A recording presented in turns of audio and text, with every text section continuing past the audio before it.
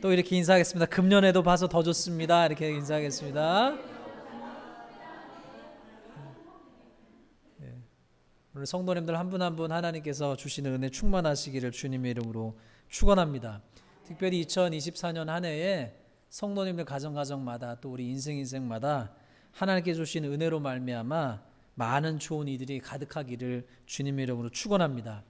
요한 사도가 가요에게 편지를 쓰면서 사랑하는 자여 내 영혼이 잘된 같이 내가 범사에 잘되고 내가 강건하기를 내가 바라노라 기원하노라 이렇게 했는데, 그 말씀 그대로 금년 한 해 동안 우리 사랑하는 모든 성도님들 그 영혼이 잘 되시기를, 하나님과 관계가 더 깊어지시기를, 또 예수님과의 관계가 새로워지시기를 주님의 이름으로 축원합니다. 그리고 범사가 내 힘의 내 능력으로, 내 힘의 능력으로, 내 지식의 힘으로 잘 되는 것을 뛰어넘어서 하나님의 도우심으로 범사에 잘 되는, 결국에는 턴아웃 되는 것이 좋은 것으로 바뀌어지는 역전의 은혜가 있으시기를 주님의 이름으로 축원합니다.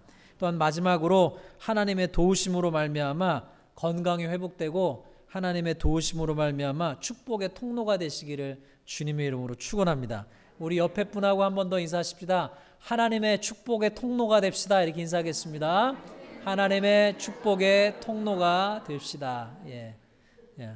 We need to be the pipe of blessing from God. 예. 하나님으로부터 오는 복의 통로가 되시길 바랍니다. 여러분, 신앙생활을 하면서 우리에게 여러 가지 필요한 것들이 참 많이 있습니다. 그런데 그 필요한 것 가운데 금년에 가장 소망하는 것 중에 하나는, 가장 필요한 것, 하나님의 은혜를 저도 많이 받고 여러분도 많이 받으시기를 간절히 소망합니다.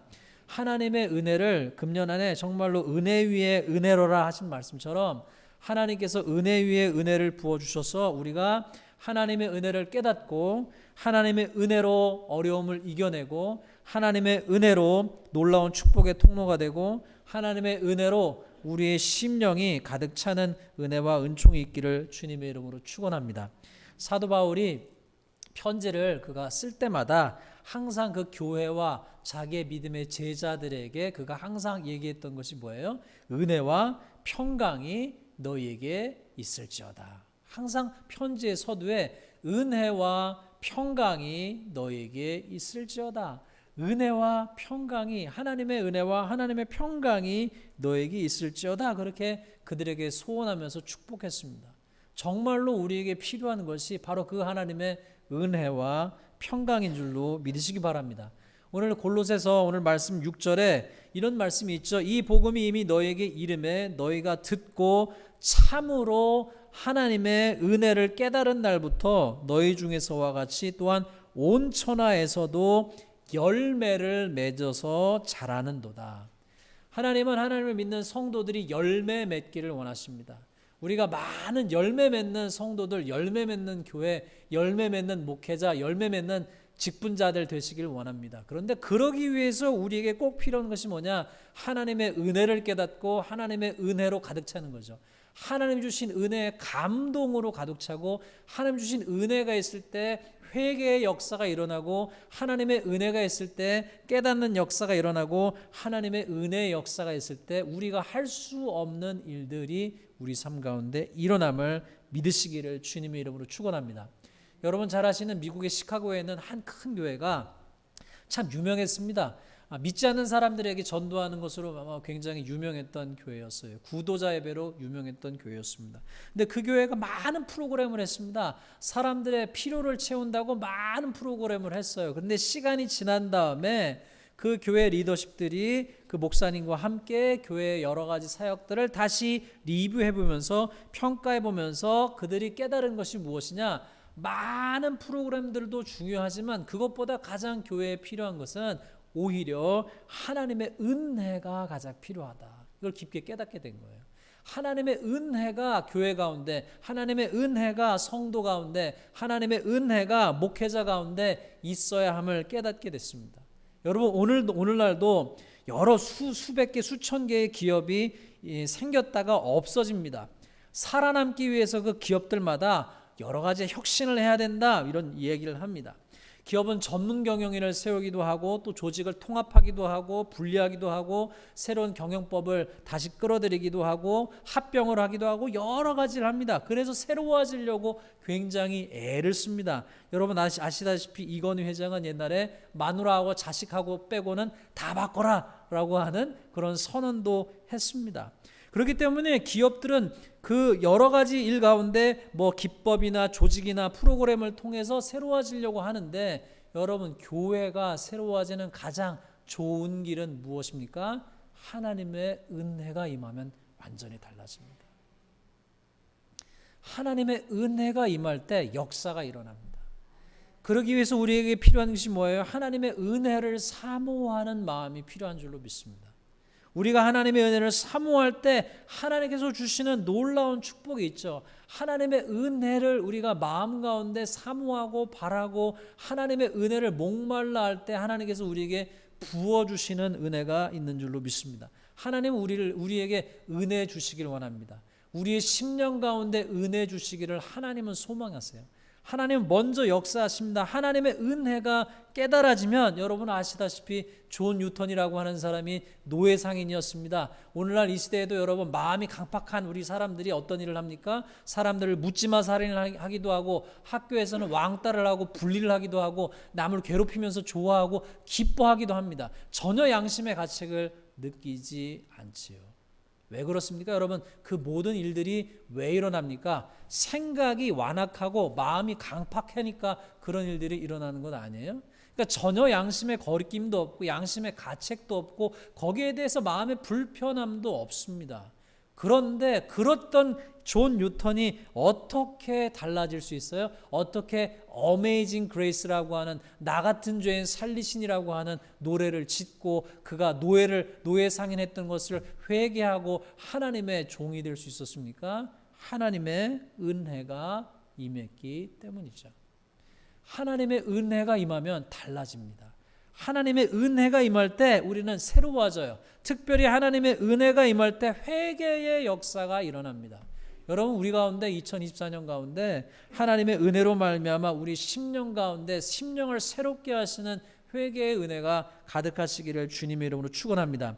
오늘 골로새 교인들처럼 골로새 교인들이 하나님의 은혜를 깨달은 날부터 열매를 맺어서 자란다고 그랬어요. 여러분 잘 아시는 누가복음 15장의 탕자의 이야기도 어떻습니까? 아버지가 죽기 전에 재산을 달라고 해서 유산을 달라고 해서 먼 곳에 가서 다 탕진했습니다.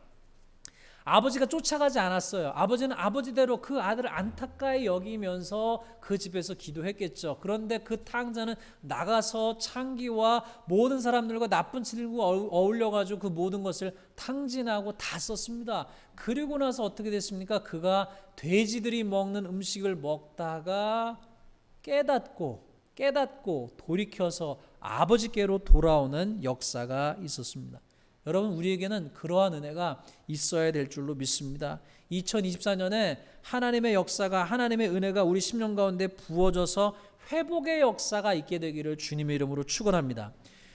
100주년 기념교회를 담임하셨던 이재철 목사님이 주님의 교회라고 하는 교회를 목회하실 때에 그분이 책을 쓰셨는데 회복의 목회, 회복의 교회라는 그런 책을 쓰셨습니다. 그 회복의 목회라고 하는 회복에 관계된 책을 쓰시면서 사람들이 그분을 인터뷰하면서 이렇게 물었어요. 왜 목사님은 이렇게 회복을 강조합니까? 회복을 강조합니까? 라고 물으면서 이렇게 물었어요. 왜 그렇게 목사님은 과거 지향적인 것을 이야기하십니까? 라고 얘기를 했어요. 그랬더니만 그 목사님이 이렇게 얘기한 거예요. 제가 목회를 하면서 이 회복의 목회라고 하는 회복의 교회라고 하는 그 회복은 과거 지향적인 것이 아니라 본질로의 회복이라고. 우리가 성경에서 얘기할 때 하나님 앞에 회개한다는 것은 하나님이 우리를 창조하신 하나님 앞에 본질로 돌아가는 것이지 과거로 돌아가는 것이 아니다. 하나님께 돌아가는 것은 본질로의 회복이고 은혜로의 회복이라고 이야기하셨어요. 우리에게도 똑같은 것이죠. 2024년에 하나님의 은혜가 임할 때 우리에게 회복의 역사가 가득하게 될 줄로 믿습니다.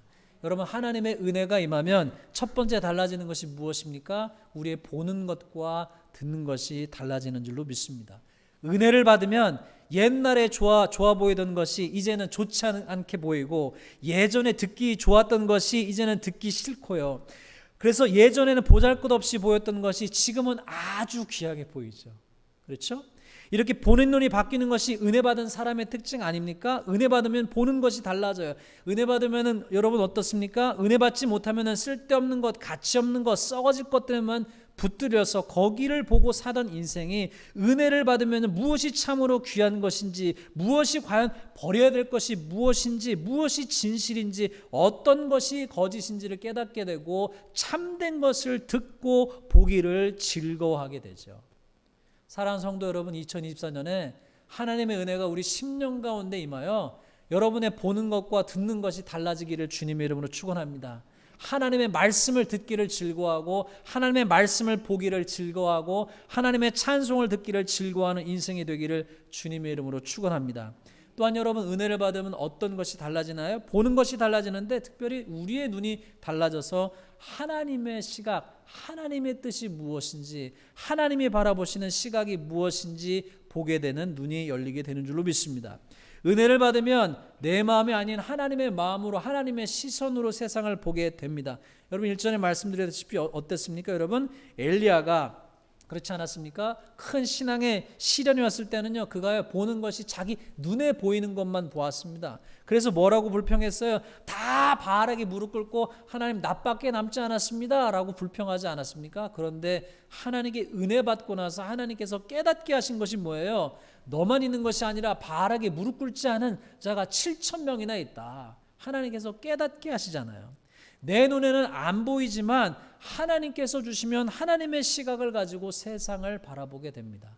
고난이 있지만, 고통이 있지만 그 고난을, 고통을 그냥 그 자체로 보는 것이 아니라 고난 너머에 하나님께서 주신 축복을 볼 수 있게 되고 연단 너머에 있는 하나님의 은혜를 바라볼 수 있는 눈이 열리기를 주님의 이름으로 축원합니다.